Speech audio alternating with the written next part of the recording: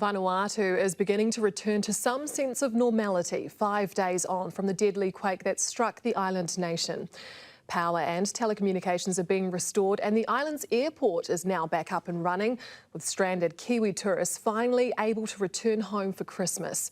Ruani Pereira spoke to one of the first holiday makers to make it home. They were the first of many picture postcard photos Noroa Masters and his wife were meant to enjoy on their pre-Christmas vacation to Vanuatu. They'd only just begun their holiday when Tuesday's quake struck and are now left with images they'll never forget. Yeah, that was horrific. The force of it, the movement of the ground, vehicles bouncing beside us. You know, I grabbed my wife and hand and we held onto a car next to us, and yeah, it was like a wave under our feet, and yeah, it was quite scary.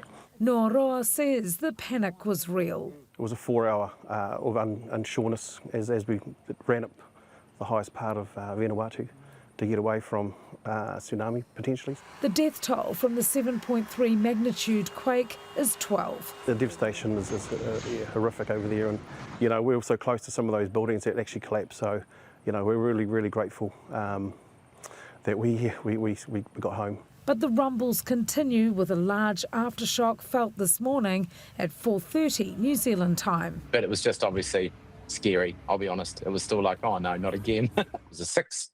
You know, it was nothing like, it was still a big shock, but it was more to what we're normally used to rather than anything else. What locals are used to will never be the same.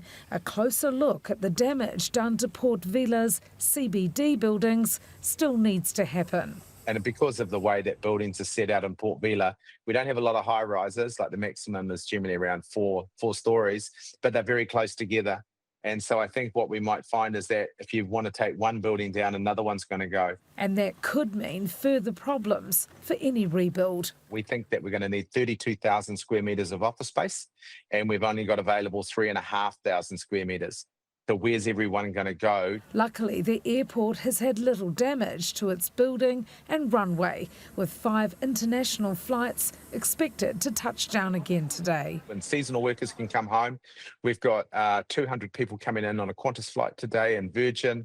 We've got tourists coming in today. 80% of the resorts are expecting to receive guests today. Trade starts again, and we get that sense that people can come and go as they want. Travelling to the airport, see more of the damage to buildings and land, you know, it was yeah, sad to see. An untimely exit from an island paradise that's felt nature's full force.